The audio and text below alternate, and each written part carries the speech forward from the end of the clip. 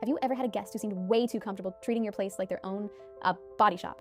Because I swear, what happened at my Green Street flat in Soho was straight out of a sitcom I didn't audition for. So picture this. The flat is freshly cleaned, everything folded military style, sheets tight, towels fluffy, a little lavender spray in the air because Soho guests tend to notice those details.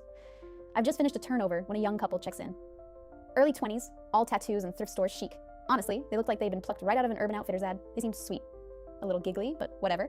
I hand them the keys, give them the Wi-Fi password, point out the nearest bodega. Done. Easy, or so I thought. The next day, my downstairs neighbor texts me, "Hey, just FYI, your guests are drilling?"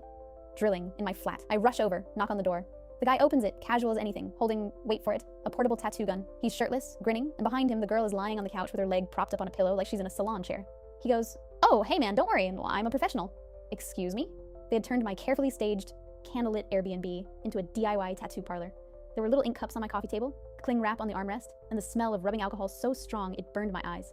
I told them very calmly, because I was 2 seconds from losing it, "You cannot run a tattoo studio in here."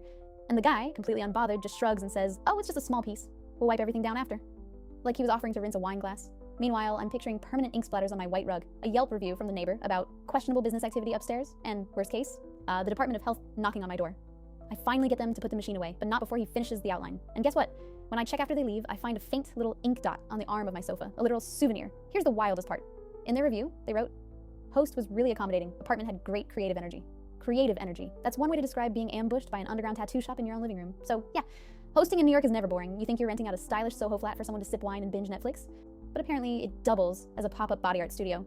And now, I keep extra sofa covers in the closet because once you've hosted tattoo artists, you don't take chances.